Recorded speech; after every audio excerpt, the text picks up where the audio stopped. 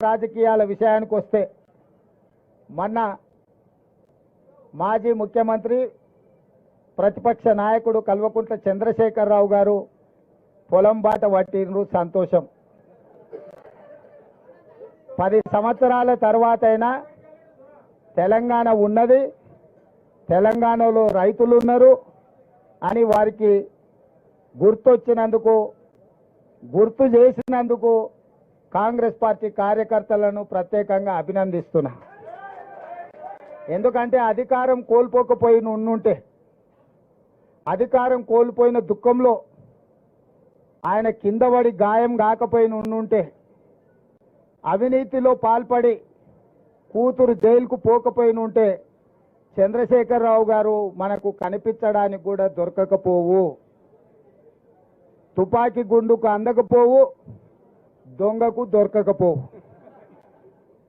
వారు అధికారం కోల్పోయినందుకు, కిందపడి గాయమైనందుకు, కూతురు జైలుకు పోయినందుకు మాకు కొంత సానుభూతి ఉంది సాటి మానవుడిగా. కానీ ఆయన వ్యవహరించిన తీరు మాత్రం ఆక్షేపణీయము. కాంగ్రెస్ వచ్చింది, కరువు వచ్చింది అంటున్నాడు.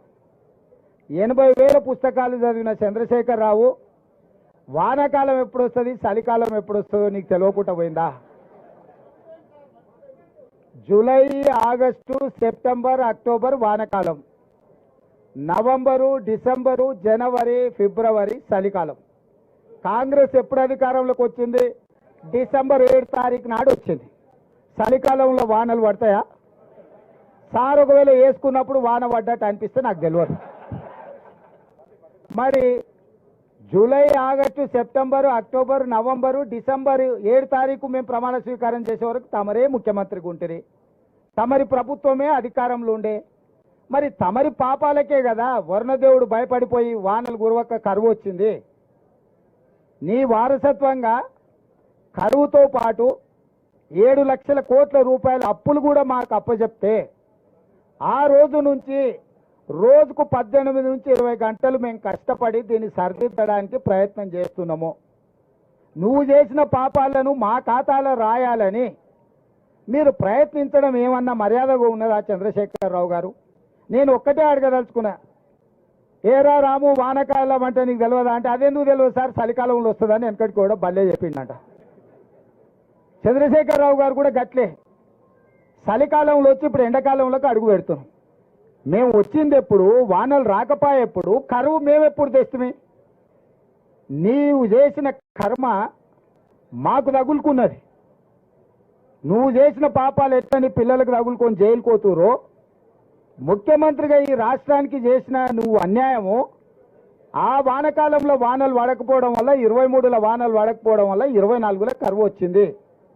మేము వచ్చింది చలికాలంలో, చలికాలం నుంచి ఎండాకాలం పోతున్నాం.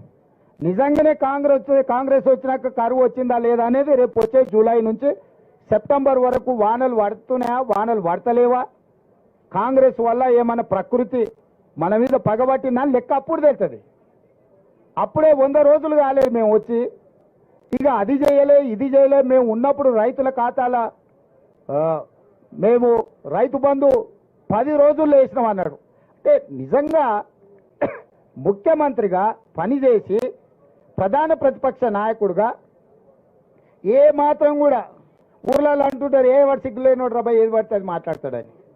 నేను అనదలుచుకోలేదు చంద్రశేఖరరావును, కానీ డిసెంబర్లో మొదలుపెట్టి సెప్టెంబర్ వరకు 10 నెలలు, 10 రోజులు కాదు 10 నెలల వరకు రైతు బంధు పథకంలో రైతుల ఖాతాలలో పైసలు వేసిన లెక్కలు ఆడున్నాయి. నువ్వు అసెంబ్లీలోనే అవన్నీ బయట పెట్టినావు. నువ్వు వస్తావేమో అనుకున్నా, నువ్వు పారిపోయినావు, రాలే. ఇప్పుడు కూడా నేను సూటిగా 2018 ఎన్నికలప్పుడు మాత్రమే ఎన్నికల ముందు ఖాతాల పైసలు వేసినావు. ఆ తర్వాత ఏ రోజు కూడా 4 నెలల నుంచి 10 నెలల సమయం తీసుకున్నాడు రైతు బంధు పథకాన్ని వేయడానికి.